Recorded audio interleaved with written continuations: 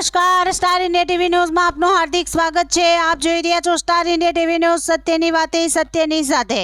ઝાલોદ નગરમાં ઉનાળો ચાલુ થતાં જ પાણી ઓછું આવવાની બુમરાણ। ટેન્કરથી વેચાતું પાણી લાવતા નગરજનો। પાણીની ખૂબ જ તકલીફ છે। પાણી તમે કદાચ હમણાં જોયું હશે, અહીં આવ્યા તો બિલકુલ નદોડી પડે છે। 2-3 વખત મેં વિડીયો પણ જે નળ આપે છે એને પણ મેં વિડીયો મોકલ્યા, અમારા કાઉન્સિલરને પણ વિડીયો મોકલ્યા।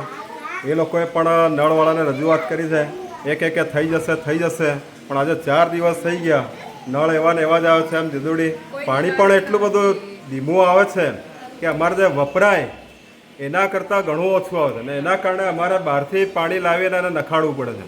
તમે હમણાં કદાચ અહીં જોયું હશે, ટાંકી આખી ખાલી।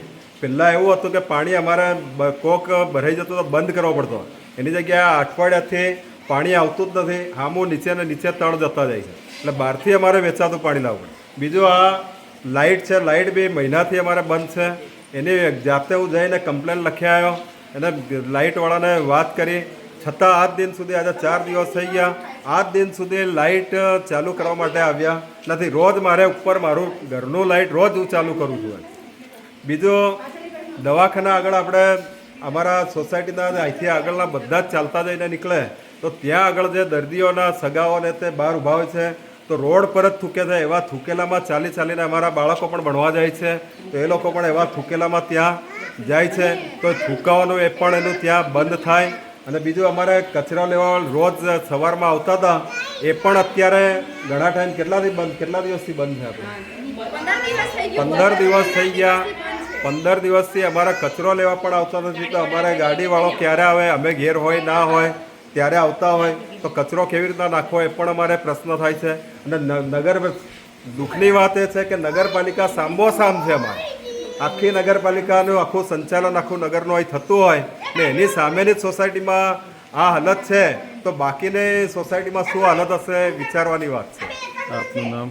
રાજેશભાઈ પરમાર। ઝાલોદ નગરપાલિકાની સામે જ નળનું પાણી ખૂબ જ ઓછું આવવાની બુમરાણ ત્યાં રહેતા સ્થાનિકો કરી રહેલ છે। ઘરની બહાર નગરપાલિકા દ્વારા પાણીના નળનું જોડાણ પાલિકા દ્વારા આપવામાં આવેલ છે। આ નળમાંથી પાણી એટલું ધીરે ધીરે આવે છે કે ઘરની અંદર આવેલ ટાંકીમાં પાણી પહોંચતું જ નથી। કોઈ કારણસર કોઈ વ્યક્તિ ઘરની બહાર કામ અર્થે ગયેલ હોય અને પાણી સમય મુજબ ન આવે ત્યારે જો ટાંકીનું નળ કનેક્શન ચાલુ હોય તો ટાંકીમાં પાણી આવતું જ નથી। હાલ આ વિસ્તારમાં એક દિવસ છોડીને બીજા દિવસે પાણી આવે છે। હાલ તો ઉનાળો આકરો બેઠો નથી, ત્યાં જ સ્થાનિકોને પાણી અંગેની બુમરાણ ચાલુ થઈ ગયેલ છે, તો ઉનાળો જામશે ત્યારે પાણી મળશે કે નહીં? હાલ પાણી ઓછું મળતા સ્થાનિકોને ટેન્કર દ્વારા વેચાતું પાણી લાવવું પડે છે। આમ સ્થાનિકોને રૂપિયા ખર્ચીને પાણી લાવવાનો વારો આવેલ છે। હવે જોવાનું રહ્યું કે નગરપાલિકા આવનાર સમયમાં સમસ્યાનો ઉકેલ કેટલા દિવસોમાં લાવશે। સ્થાનિકો દ્વારા પાણીની સમસ્યાઓ માટે લેખિત અને મૌખિક કેટલી વાર જાણ કરેલ છે, છતાંય પાલિકા દ્વારા કોઈ ઠોસ પગલાં લેવામાં આવેલ નથી। અમારે ત્યાં પાણી પણ 2 દિવસે આવે છે, એક દિવસ છોડીને, અને એ પણ ફોર્સમાં નથી આપતા। અમારે પાણી પૂરતું ભરાતું નથી, તો અમારે ઉનાળા પહેલાં જ આવી સમસ્યા હોય તો ઉનાળામાં શું કરીશું અમે? અમારી સમસ્યાનું કંઈક નિવારણ કરવા માટે અમે નગરપાલિકામાં 2-4 વખત લેખિત પણ આપી છે, પણ એ લોકો અમારી કોઈ વાત સાંભળવા તૈયાર જ નથી। એનું નિવારણ થવું જોઈએ। આપનું નામ? લતાબેન ભાટિયા। આ ઝાલોદ નગરપાલિકાની સામેની સોસાયટીમાં ગલી નંબર 2 માં અમારે ત્યાં ઘણા દિવસથી સ્ટ્રીટ લાઇટ પણ બંધ છે। કોઈ કચરો કાઢવા પણ આવતું નથી, કચરો લેવા પણ આવતા નથી, અને અહીંયા નળ પણ અમારે એટલા આવતા જ નથી, એમ એકદમ ધીમા આવે છે ઘણા દિવસથી। આજે પાણી આવતું જ નથી, એમ કે તો ચાલે। અને અમારે અહીંયા દવાખાના આગળ જે બાળકોનું દવાખાનું છે ત્યાંથી અમારે રોજ અવર જવર કરવી પડે છે, તો ત્યાં એટલી બધી ગંદકી હોય છે, થૂકેલું હોય, પાણીની પિચકારીઓ હોય, બધા ગળફાણ પડેલા હોય, તો અમારે જવું ક્યાં એવી રીતે ચાલે? અને ઘણી બધી ગંદકી હોય છે, એના લીધે અમે બધા હેરાન થઈ જઈએ છીએ। તો આનું કંઈક નિવારણ માટે અમે નગરપાલિકામાં ઘણી વાર કીધું છે, પણ કંઈ નિકાલ આવ્યો નથી। લેખિતમાં પણ આપ્યું છે, થતી નથી। આપનું નામ? પરમાર મિનલબેન રાજેશકુમાર।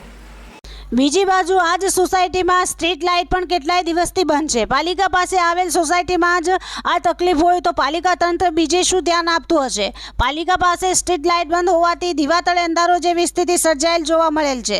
હાલ સ્ટ્રીટ લાઇટ બંધ હોવાથી સ્થાનિકો પોતાના ઘરની બહારની લાઇટો ચાલુ રાખવી પડે છે, જેથી રાત્રિ દરમિયાન અસામાજિક તત્વ ત્યાં આવી ન જાય। નગરપાલિકા બહાર અને આ સોસાયટી બહાર હોસ્પિટલ આવેલ છે, ત્યાં બહાર બેસેલ દર્દી અથવા દર્દીના સગા સંબંધીઓ જાહેર રસ્તાઓ પર જેમ તેમ થૂકી નાખે છે, જેથી ત્યાંથી નીકળતા લોકોને ભારે હાલાકીનો સામનો કરવો પડે છે. તેમજ હોસ્પિટલ બહાર બેસીને પાન ગુટખા અને પિચકારી મારનાર લોકોને જોયા વગર થૂકી નાખે છે, જેથી કોઈવાર મંદિર કે પોતાના કામ અર્થે જનાર લોકોના કપડાં બગડી જાય છે. એક જ વિસ્તારની આ 3 સમસ્યાઓ જોવાનું રહ્યું કે પાલિકા કેટલી સમસ્યાઓ દૂર કરી શકશે. Star India TV news Jhalod reporter Pankajbhai Pandit, જિલ્લા દાહોદ.